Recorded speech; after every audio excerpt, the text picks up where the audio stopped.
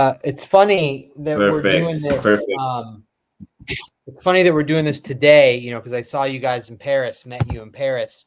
And then 20 minutes ago, we find out that Victor is out for the year. So that's I haven't seen that. That's correct. That's correct. He has a blood clot in his right shoulder and is going to miss the rest of the year.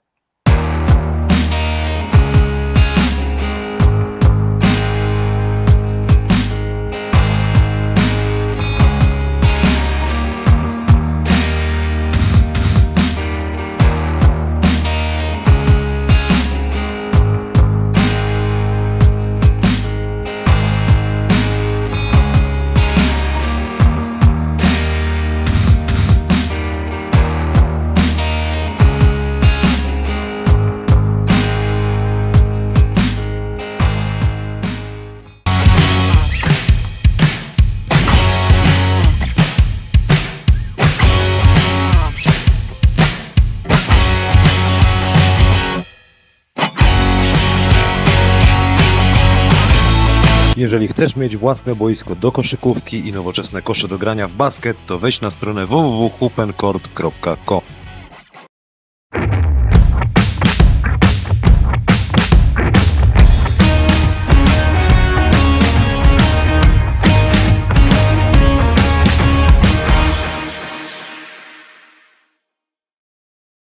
With me today for Strefa Chanasa is Joe Vardon.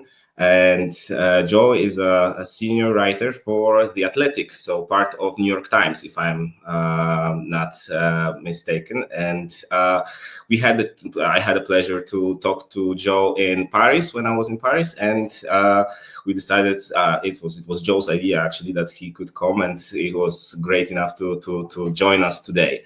Joe, yes, thank you very much for being here. And how is it? What's the weather out there? What's right now? Are you in New York? No, so I still live in Cleveland, Ohio. This is where I lived when I had the job of covering LeBron for the Cleveland newspaper when he played for the Cavs. And then when I took this job, I go all over the world, but I never moved. Airplanes fly out of Cleveland, no problem. So the weather here stinks. It's about 15 degrees and it's snowing. I don't know, maybe a foot of snow. The roads are pretty bad today. So it's just February, in Cleveland, Ohio is just not anything to talk about really. Look, what I wanted to start with is just, you already told us a little bit because you said that you were covering LeBron, but I wanted to just, start with your journey. How did you first, break into sport journalism at all? And what drew you specifically to the NBA? Was it LeBron or was it something else?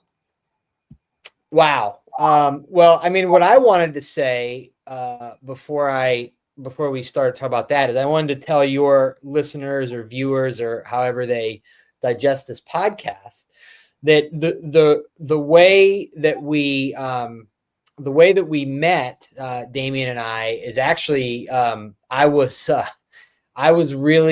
blown away with sort of the professionalism and the courage that he showed in asking some questions in the English speaking press conference with both the Spurs and the Pacers. Just really sharp, and the questions were pertinent. And I don't know if they were hard questions, but that wasn't the time or place for it. But they were very professional questions, and it was refreshing to hear that and see that. So your listeners should know that you know what you're talking about. So that's good. Thank you very much. For me, it's been almost 25 years now, if anybody can believe that. And I was there. There's this long line of movies in the United States, and I'm sure to some degree in Poland, you guys have seen some of them. But it's called Superman. You probably know who Superman is. Of course. Okay. But this has been going on for a really long time. And so like the Marvel or DC, whatever he is today, wasn't the case when I was a kid in the 80s. Was Christopher Reeve. it was okay. So the Christopher Reeve Superman, there was a character, he was Clark Kent, right? And so his alibi, or whatever you want to call it, was he was supposed to be a reporter at the Daily Planet. And there was a character in those movies named Jimmy. And Jimmy's job was basically to push the mail cart through the newsroom. So what does this have to do with me? Well, when I was 19 years old, I was in college here in Ohio, and I was playing college baseball. And I was supposed to go away for the summer to play in a summer league that's prestigious. And I had a family emergency and couldn't go. I was supposed to go up into the Boston area, which is about, it's a 3-hour flight from here probably. So that's far. So I couldn't go, needed a job. And I got a job at the Akron Beacon Journal, which at the time was a big newspaper. That's where LeBron is from. And I had 2 jobs. One was I was unloading stacks of newspaper off of trucks that didn't get sold at gas stations. And then 3 days a week, I would push the mail cart around and I would deliver mail to all the editors. And one day I slipped some of my writing samples onto the desk of the sports editor. And sure enough, a couple weeks later, he called me and asked if I would help them cover high school football on Friday nights. And I said yes, and the rest is history. So that's actually how I got into the business. No, that's amazing. That's amazing. And this is something like what we here perceive as American dream, actually. So you start from from the humble beginnings, and then you move to the job that you dreamed of. So it really looks like it. It's funny that you say that, because I was actually thinking about that today. I was listening to a song and the song is about like moving to the big city and chasing your dreams. And that is true. That actually, like, the job I have now is a senior national writer at the largest publication in the world that covers basketball. And so having a national job like that, but then also getting to travel all over the world for the last 5 years, covering Team USA for The Athletic and covering the NBA events in all these different countries. If you would have told me that was where I was going to end up 25 years ago, I certainly wouldn't have believed it. And I would have been, giddy until the day that it happened, because this is how I would have drawn it up. So, all these years later, that's not lost on me. And I try to attack the job, with that kind of, graciousness and passion, knowing that this is actually what I set out to do. Yes. When you reflect on your career, do you feel that there was a moment where you felt like, okay, I've made it in this business, this is it? So of course I understand that you followed LeBron, but was it with him, or it was already after that? Well, there is a different answer than simply LeBron. When you talk about like making it, like I've had a really unique career. I spent 6 years covering American politics, and the newspaper where I did that was at the time a very important regional newspaper for how Americans pick presidents. Now it's just politics have changed here, and the states that are important have shifted, and so where I live isn't anymore. But at the time it was, and so there were points throughout that job where I thought I had made it. And then when I got hired at the Cleveland Plain Dealer to cover LeBron, and right away, they're in the finals, and they went to 4 finals. And even though it was just a local newspaper, it felt like a national job. And in a lot of ways that felt like it. But I really think that the point for me where I realized that, I was either lucky or good or a little of both was when I was one of the 12 journalists who went to the bubble to complete the pandemic season in 2020. It's just such a again, to be in a group of the only 12 people in the world to go and do something. That was it. I think that was it for me. And so I've covered 2 Olympics since then and made several trips around the globe. And since in all that time, I kind of realized while I was doing it, why, and sort of where I had reached in my career. And I think that realization does trace back to being at Disney World for the bubble. Yes, so Disney World for the bubble. It was what, 3 months closed. You were closed with all the players, and you covered every game. Well, yeah. So I was there. I was there for the first 2 months, a little bit more than 2 months, and then a colleague from The Athletic took over for me for the last month. So yeah, it was more than 2 months, and I went to every practice, and I went to every game that I could. And then there was the most famous thing that happened during my time was when the Milwaukee Bucks didn't come out for a playoff game against Orlando, and it was in protest over some violence near where they are in the state of Wisconsin. And then there was a meeting that night back at where we all were at Disney World among all the players there to decide whether to just shut down the bubble and never come back. It was a huge story, international implications, and LeBron ended up being at the center of it. And LeBron, in consulting with former President Barack Obama, decided that he would stay and he would use the leverage that he had to get some concessions from ownership about some things that mattered to him politically here in the U.S. And so I ended up staying through the first round and had a one-on-one with LeBron about why he did that and what the result of it was. So that was the biggest story of the time, but it was the most unique experience of my life. Just living there and coming back to a little bit of normalcy, being with 11 of my friends and being around the players that I had known for all these years, and working and socializing, and being outside and everything, while so much of us all over the world we were stuck in our houses. So, yeah, I certainly look back on that. You were stuck in Disneyland. You were stuck in Disneyland. Yeah, that's right. I never rode a ride though. Oh, so that's something that I did. So that's one point for me in here. But it's amazing. It's amazing that you had the chance to be it was unprecedented. It was something that was special for us viewers, but also this situation we needed this season. I think that we needed this season to just, it was difficult times and we needed this comfort of having something, let's say, pretty normal. It wasn't.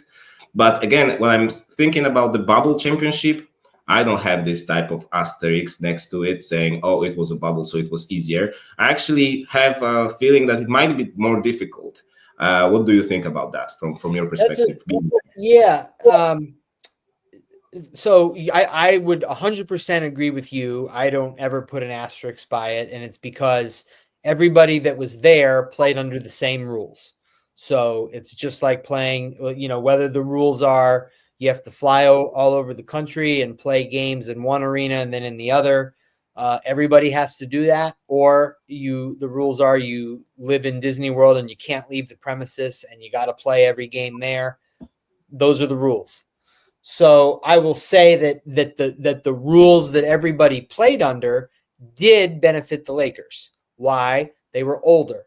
LeBron didn't have to get on the planes and fly from LA to Memphis and LA to, wherever else they would, LA to Miami is a hell of a flight. And being as old as he even was at the time, and now of course he's 40 years old. But still, those flights take a toll on you. And so having the benefit of not having to travel at all after the one flight to get from LA to Orlando, that did benefit them, but they do not and should not make any apologies for it. Mhm. I know that you said that you were making some networking during this time, but as a journalist for NBA, I'm sure that networking is a huge part of your work. And are there like certain like unwritten rules in dealing with sources, things that you when you cover an NBA, you know that you can or cannot do with your sources when you are covering a big story? Wow.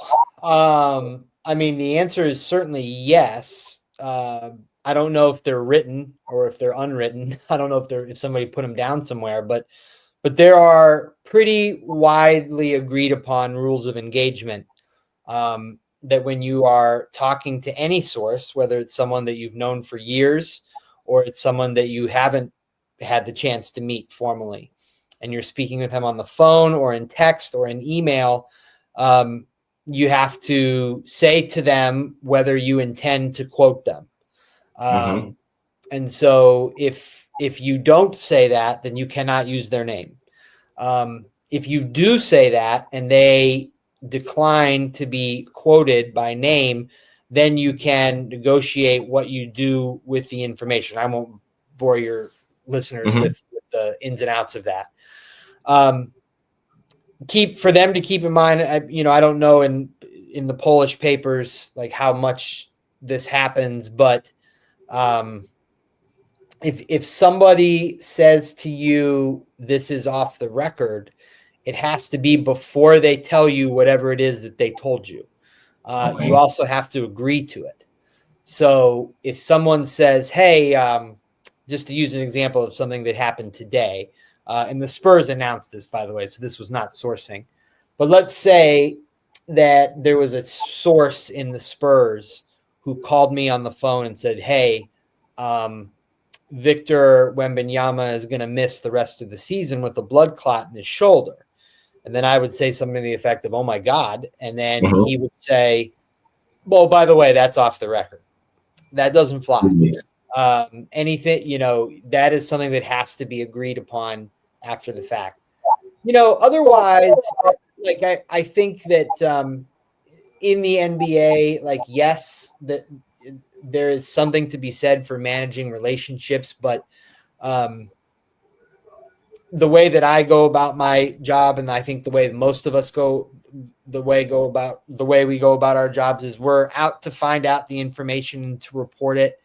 We hope that the relationship is built on trust from reporting fairly and accurately, quoting accurately,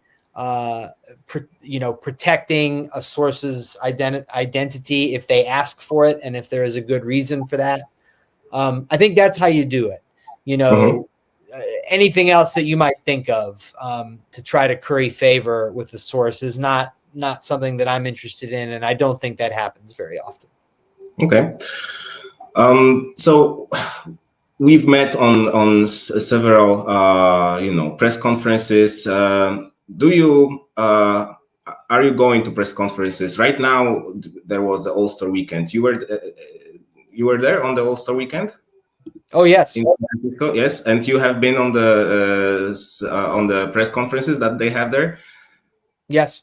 Okay, so my question is like, there is a lot of different personalities in the NBA. So the questions, I feel like the questions have to be personalized, right? It has to be, you have to know that you are talking right now to Joe Mazzulla, who probably isn't that, you cannot ask the same question as you will ask Rick Carlisle, for example. How do you prepare for that, knowing that, for example, you will have to talk to someone who is specific in a way how they respond to questions? Well, I laughed because for as cranky as Joe Mazzulla is, Rick can also be that cranky. And you may have asked him something that potentially had made him cranky. I almost remember this now. So that may have been how you caught my attention. But there's a little bit of knowing who you're talking to, but I think that just, I think that you do better with the grumps if you ask the question the hard way. Okay. Make it, throw it at them and just come right at them, because that's what they're used to. I think Greg Popovich, probably the most famous basketball coach in the world, certainly most famous American coach. He's like that. If you try to, because he's a grump and he wants to be aggressive. So I think your first instinct is to try to soften him up. So if you do that and ask him what we would call a softball question, or something that you would think would lighten the mood, he's going to throw it. He is going to embarrass you. That's just how it is. And if you go at him with a little bit of an edge and just ask the hard question directly, he respects that and he answers the question. So that is my advice overall. I think that you do have to have some knowledge of who you're speaking with, so you know what answers are possible. So, somebody like Nikola Jokic, if you're, he's like, his English is spotty, but also he tries to really give you thoughtful answers that can be funny, and they are revealing. They're almost always true.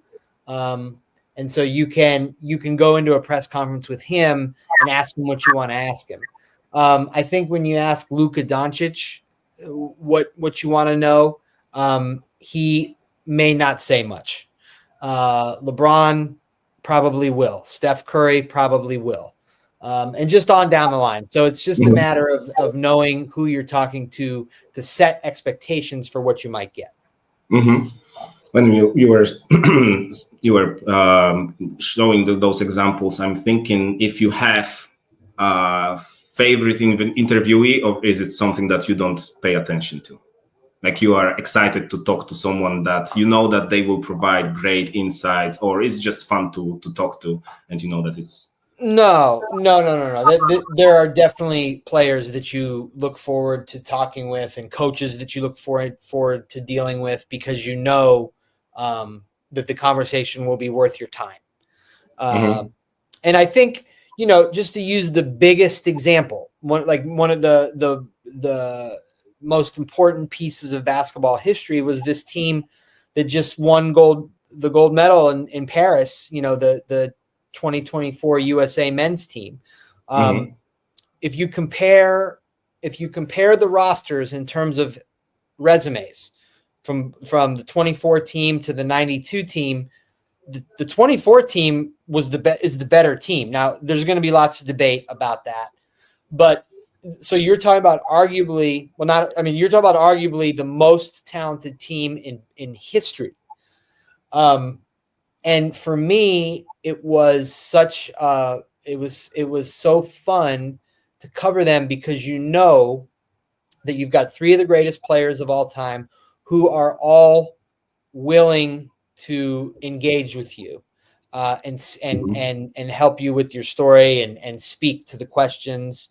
And that's LeBron and Steph Curry and Kevin Durant. I mean, absolute joys to talk to, for sure.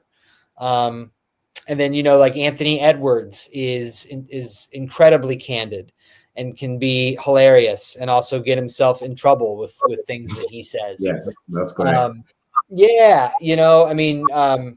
But all those guys were great. Anthony Davis is a real joy. Joel Embiid had a tough summer for sure, but he can be great to sit there and talk with.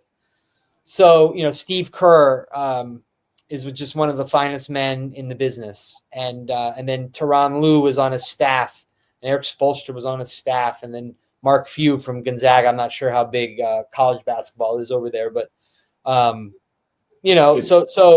just on that team alone, just a collection of men that are great to work with.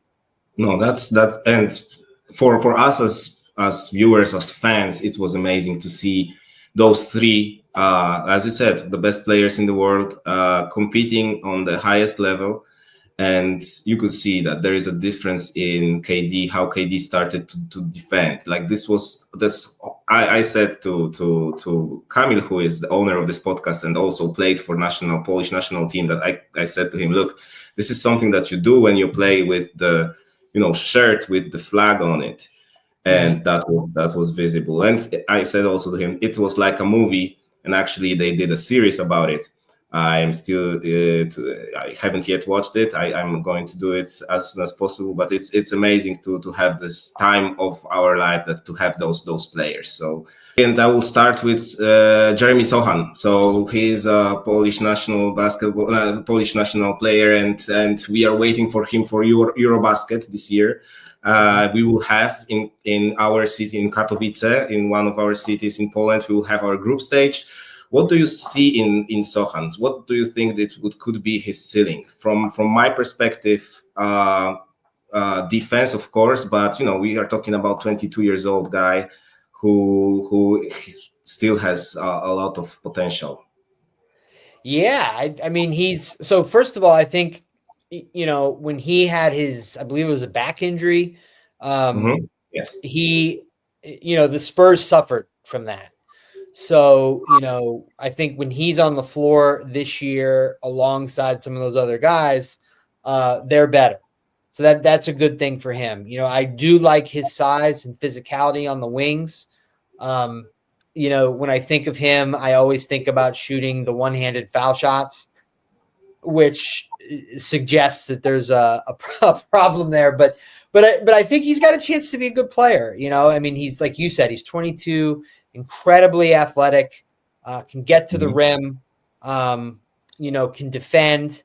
So I like all those things. And, I think, you have to consider who his teammate is in San Antonio. Like Victor Wembanyama is going to be a generational talent, and typically players who are teammates of those guys also benefit in the way that, LeBron has gotten a bunch of guys paid, and players who were Kobe Bryant's teammate won and got paid, and same now with Nikola on the Nuggets. So, Victor is one of those guys. So, hopefully for Jeremy's sake and career's sake that he can spend more time in that system and playing with him. I think that'll help him reach his potential.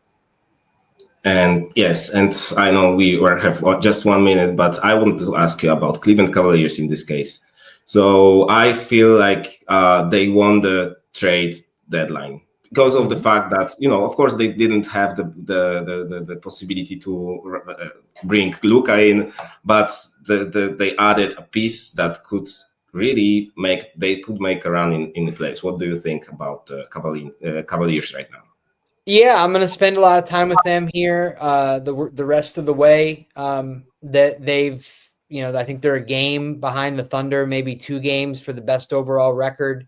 The trade for DeAndre Hunter was a great one and an obvious one to make.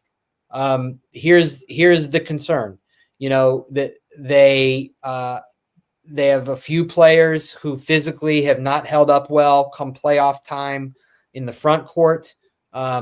They have a label of being soft in these playoff series, so they're going to have to deal with that. And then they have 2 all-stars who are guards in Darius Garland and Donovan Mitchell, great players, but they're both small. They're both about 6'2", and teams with 2 small guards don't historically win very much. So if they want to win it all, they're going to have to overcome that. Mm-hmm. Joe, I respectfully to your time. Thank you very much. I know we are at the top of the hour, so I appreciate you very much. And this has been fantastic, and I really appreciate your insights. And I hope that you will have a lot of joy covering the rest of the season. I will definitely follow the pieces that you are producing because they are great. In the Athletic, I will share this with our followers, and yeah, it's a great journalism from US. So it's amazing to have the chance to speak to you. Well, it's great to see you, and it was great to come on, and we can do this again next year. I'd love that. That would be perfect. Have a great rest of the day, and take care. Okay, buddy. Good night to you. Have a good one. Thanks. Bye. Yep. Bye.